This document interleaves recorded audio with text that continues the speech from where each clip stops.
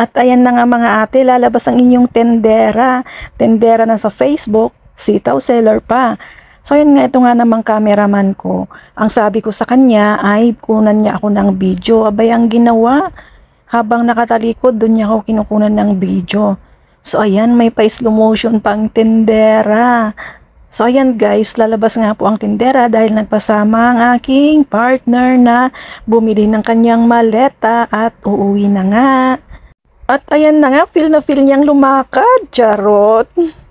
So ayan na nga siya mga ate, nakarating na kami dito sa aming bibilhan. Dito lamang kami sa malapit at doon sa mga may sale dahil talaga namang napakamahal ng mga luggage dito sa Taiwan. So ayan guys, dito po kami pumunta sa Carrefour.